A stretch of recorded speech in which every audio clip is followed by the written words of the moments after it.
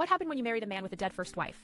So, I married a guy whose first wife died under really suspicious circumstances. At first, I didn't know the full story. I met Mark through a mutual friend, and honestly, he seemed like the sweetest, most caring guy. He was a bit reserved when the topic of his late wife Lisa came up, but he always said she died in a tragic car accident a few years ago. I believed him. I didn't want to pry into painful memories, and frankly, I was happy with how things were going. We got married about a year ago. Shortly after the wedding, weird stuff started happening. I kept finding strange messages on Mark's phones. Screenshots of conversations with a woman named Sarah, talking about settling scores and some shady business. Mark always shut down any questions I had about it, saying it was work stuff or old friends from before we met. Then the nightmare started. Every time I looked at him, these doubts gnawed at me. I decided to dig just a little into the whole car accident story. What I found wasn't just surprising, it was chilling. Lisa hadn't died in an accident. She was murdered. Turns out she was involved with some dangerous people drug dealers, as Mark told me himself after I confronted him. But the twist, Mark wasn't some innocent bystander. He was deeply involved in the criminal underworld. Lisa tried to get out to expose some shady dealings.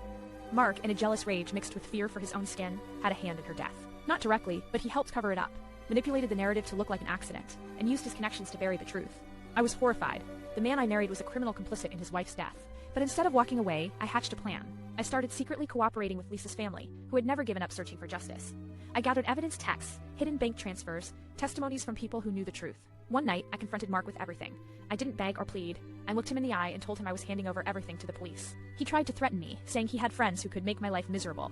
But I was ready. The very next morning, I filed an anonymous tip with the cops, and within days, Mark was arrested. Turns out, his business was not just petty crime. It was a full-blown narcotics operation with ties to violent gangs. The evidence I gave was enough to put him away for life. It's been almost a year since then. I'm living in a new city, free from that nightmare.